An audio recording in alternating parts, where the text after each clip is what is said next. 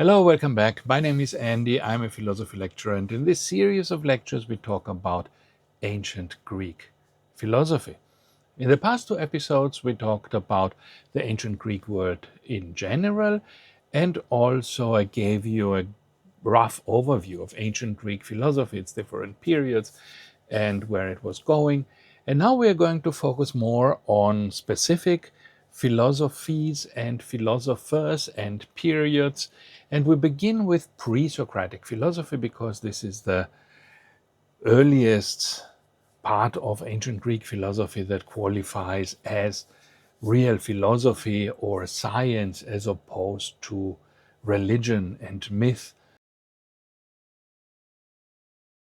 So, what are the Presocratics? The Presocratics are a group of philosophers not related to each other, but we group them today like this, who lived and worked before Socrates. This is where the name comes from. And this is not strictly true. Some of the Presocratics were actually at the same time as Socrates, but the questions they asked were different from the questions of Socrates, and we talked about this in a previous video. Socrates and Plato turn around the path of philosophy and they ask more questions about human beings, about us, what abilities we have to perceive the world, and how do human societies work, and how should ethics work, and what can we know about the world. And these are all questions that focus on human knowledge and human abilities, while the Presocratics are more concerned with the world outside. So the Presocratic philosophy is often very hard to distinguish from science, from physics, or cosmology.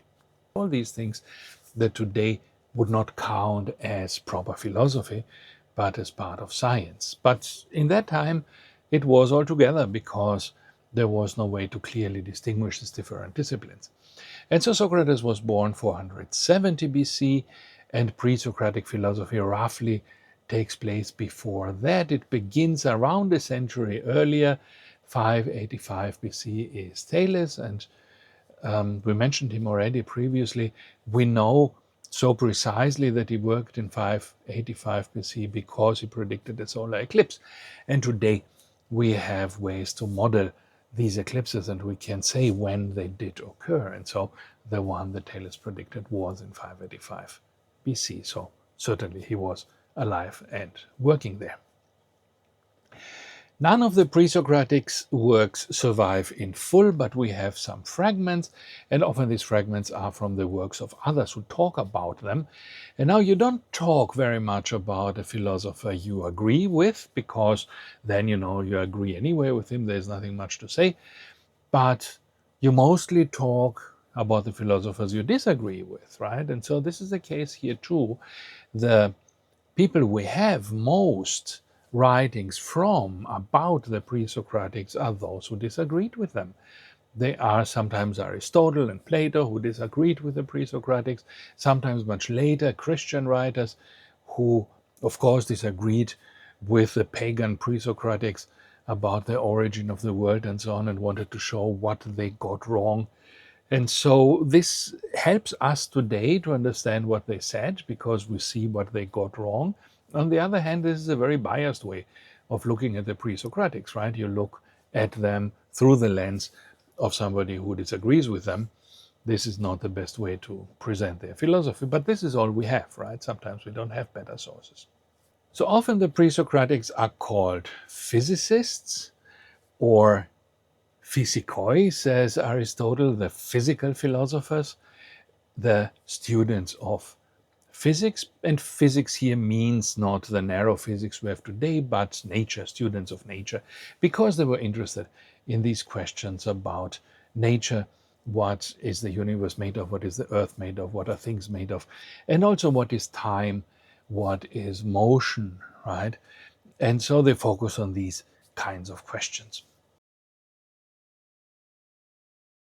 Now, pre-Socratic philosophy and science are different from myth, not so much in terms of their questions of their topics, because myth is also trying to explain, how the earth came about and the gods created the universe and so on. So these are all things that myths also address in similar ways. The specific thing about philosophy after Thales and science particularly is the way of explanation. And so Jonathan Barnes, who wrote a very influential book, Early Greek Philosophy, he identifies three ways in which the science or philosophy of the Presocratics is different from the mythical explanations that came earlier. And he says one thing is that the Presocratics try to give internal explanations of the world. And internal here means that the world is explained from the inside the way it is, right, is a consequence of forces that we can observe inside the world. So it's not like from the outside a hand is reaching in and manipulating things like the hand of God, doing things magically. But the world works like it does as a consequence of its own laws that are rooted inside the world. There is no outside force. All the forces we observe are the forces that actually create the world, shape it the way it is. So these internal explanations are very important, because in this way you immediately cut off all talk of gods, of other entities outside that control us. And instead you say, the human mind is looking at this world and we can observe it, and our minds can try to find out the rules according to which it works. And then we can make a science out of these rules. We can study them, and this science will give us truth about the world. There's nothing that is really hidden from us because it's supernatural, because it relies on the existence of something I have to believe in but I cannot observe. So this is the first step in science. The second thing is that they try to give systematic explanations. Systematic means that you don't explain every single thing separately. So let's say I observe the rain, and I say the rain falls when the clouds are up there, so the rain comes from the clouds. And now, how does it come from the clouds? Perhaps the clouds are sad and they are weeping, and this is the rain. Okay, I mean, this is in itself, it's an explanation of the rain. But now I also observe that the glass of water that I left standing in the sunshine, this is evaporating. And after a day, I have less water in my glass. So where has the water gone? Okay, now I make a new theory. This water has disappeared because there are some hungry ghosts drinking it away while I'm not looking. Another explanation. But these two explanations now are not related. There's nothing to connect them. In this way, of course, I can try to explain every single thing by making a theory that is tailored to this particular phenomenon. I can have one theory about glasses where the water evaporates. I can have another theory about why there are waves in the sea. I can have another theory why the clouds rain. But then I have, millions of theories, because every single phenomenon is explained on its own terms with its own theory. This is not a good way to understand the world. And why is it not so good? Because in this way, when I encounter a new phenomenon, again, I will need to make a new theory for it. So every single thing I encounter needs its own theory. And so I never have the sense that I've understood the world in the way that I can predict what something new will do, right? And this is arguably, the whole point of science is to predict future behaviors that we have not yet seen, right? So I have never seen a typhoon, but I can predict from my understanding of meteorology, of how water evaporates and how winds and humidity and whatever happens in the air, I can predict that under particular conditions I will have a strong wind. And then I can go out and look for these conditions, I can observe it, and I can verify my theory. But this requires a systematic explanation. So this means an explanation that's not only an explanation of one single thing, but an explanation that's part of a system of explanations. And so, the water evaporating from the glass is part of a bigger scheme of things in which the sea evaporates like the water in the glass, and then it forms clouds, and the clouds are formed because the warm air can hold more humidity than the cold air, and up there it's cold, and so it will condense and form clouds. And when it gets even colder, the water condenses further, and because of gravity, it falls down again. And so now I have one explanation, and this explanation can cover a whole area of phenomena. It can explain to me why my water in my pot when I'm cooking, spaghetti, why this evaporates and makes steam. It can explain why the water on the cover of the pot will form while water will condense there. I can explain it in the same way like I explain the clouds, exactly the same explanation, right? So this is the idea that I can use one explanation for many phenomena, and then I really kind of start understanding how the world works. Because now, when I have a new phenomenon, let's say I wake up in the winter, it's cold outside, and I see that there is water on my windows. Well, this is the same phenomenon again. It is the humidity of me breathing in my small bedroom, and then is the cold window, and the water will go and condense on the glass, right? It's the same explanation again. And now I have understood this, or I can even predict this, right? And this is the point of these systematic explanations that are the basis of science. And the last thing is to have what Barnes calls economical explanations. And the point here is to not require more and more elements in your explanation. Of course, I could say the clouds rain because they are sad, the water evaporates because it's happy. I can add all sorts of other entities. I can say the water evaporates because it has bacteria in it and the bacteria breathe, and the breathing of the bacteria is what causes the water to evaporate. I can make my explanations more and more complex by introducing new things to them, new elements, but it is better, and this is what economical explanations aim to do, it is better to explain things with fewer assumptions rather than more. So I try to reduce my assumptions as much as possible, and this is known with a term from the Middle Ages, Occam's razor. William of Occam was a philosopher of the Middle Ages, and he had this idea that an explanation is better, is more satisfying, if it requires fewer elements. And having fewer elements in this case means, cutting off whatever you don't need for the explanation. If I can explain how the water evaporates without the breathing of bacteria, that's better. And even better if I can explain both the water evaporating and, say, my body temperature by the kinetic energy of molecules, which is what modern thermodynamics does, right?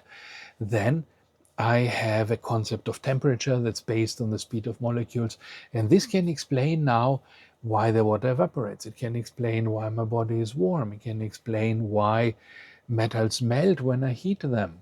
It can explain why ice melts when I leave it in the warm air. It can explain all sorts of things with just one concept: speed of molecular movement. And this is great again, because now I need fewer and fewer elements in order to explain the world. So the more economical an explanation is, the more systematic also it will be, right? Because then I'm not creating new entities all the time. I'm using the same context to explain multiple phenomena. And so having a very economical explanation is better, it's more satisfying, shows a better understanding of the world, because I can explain it with fewer assumptions. And so even today, these three things, internal explanations, systematic explanations, economical explanations, are what characterizes modern science. This is what modern science aims to do, to explain the world in these ways. And this started with the Presocratics. Before, people did not try to do that to the same extent.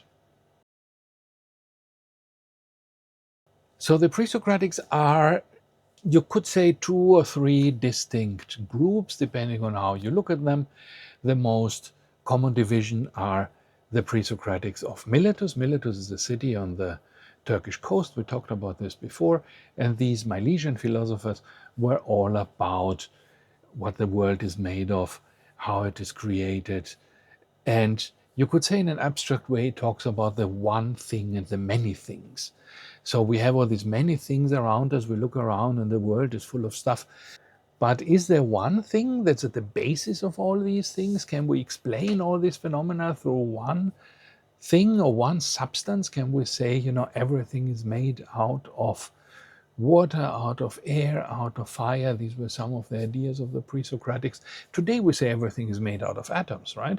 We still have this kind of explanation, but the Presocratics, of course, they did not have our 2000 years of science, so this is why they had simpler ideas about what the world is made of. But you see the will to try to reduce this multitude of things to one phenomenon as a way of explaining it.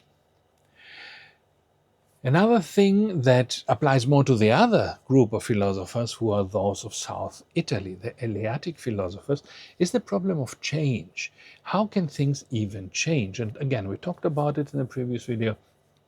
You have things changing, I move my hand, but if you stop now this video at every point, you will see that my hand does not actually move. It's always in every frame, it's just static. So, and the more frames you take, the less it will move from frame to frame. So when is it actually moving? Is my hand even moving? Ever? Is it moving at all? And so the philosophers of South Italy, the Eleatic philosophers, were saying, among other things, perhaps the hand does not move at all. Perhaps movement is an illusion. And again, we don't think that necessarily this is a good way of explaining the problem, right? It's just saying that everything we perceive is an illusion seems like a somewhat cheap way out of being unable to explain this. But it was an important step in trying to understand it, because it, for the first time, it put this problem into view, right? Previously, nobody had thought that this is a problem, why things change, why things move. And the Eleatic philosophers pointed this out, and they made out of it various paradoxes. Perhaps you've heard of Zeno and the tortoise and Achilles and so on, and we will talk about all these things later. But these paradoxes show that something is wrong with our understanding of change and time and movement, and we need to get to the bottom of it. And this actually is a common thing in all of pre-Socratic philosophy, that the questions are the important thing. It's not so much that the Presocratics gave us good answers, because their answers are often too simplistic, too easy. Today we know things are not so easy. The world is more complicated, and we know much more about it than they knew. But what was valuable throughout history was that the Presocratics asked the important questions. That for the first time they pointed out there's a problem with movement, there's a problem with time. How does it work? You never thought about this. Now think about it. Try to explain it. There is a problem with what is the one substance that underlies everything. Can we know it? Do we know it? What is it? So they pointed out these things that we wouldn't otherwise notice as problems. And this is the core of philosophy, you could say, to ask the right questions. About the answers, there can be endless disagreement, but it's important to even know that there is a question to ask, right, about particular things. Jonathan Barnes, the author I talked about previously, writes, "What then is the substance of the claim that the pre-Socratics were champions of reason and rationality? It is this: they offered reasons for their opinions. They gave arguments for their views." Most of pre-Socratic thinkers were, for most of the time, concerned not to advance opinions, but to advance reasoned opinions. And this is something that even today is very important, right? When you see that we have all these conspiracy theories and crazy theories about flat earth or whatever, vaccination denials and so on. These are all based on opinions that are not properly reasoned. And the pre-Socratics 2000 years ago, 2500 years ago already emphasized that if you want to understand the world, you need to put some effort into your reasoning, not just having opinions, but having reasoned opinions. Now, before we end this, let me say something about Diogenes Laertius, who is one of the most amusing and most entertaining writers in the history of philosophy. Laertius was born around 180 after Christ, died around 240. He was a Greek philosopher and biographer, known for his work, Lives and Opinions of Eminent Philosophers. And you can find his whole book, multiple editions of it, on the internet for free. Just search for Diogenes Laertius text and you will find multiple sites that have the full text. This is a very interesting text for us because Laertius had access to many works and many traditions and many stories about philosophers that would have been lost to us if Diogenes had not preserved them for us. So be careful with the name Diogenes. There are multiple Diogeneses, right? It's a very common Greek name. So don't confuse him, for example, with a guy who lived in a barrel. This was another one. But Diogenes Laertius is the biographer of philosophers.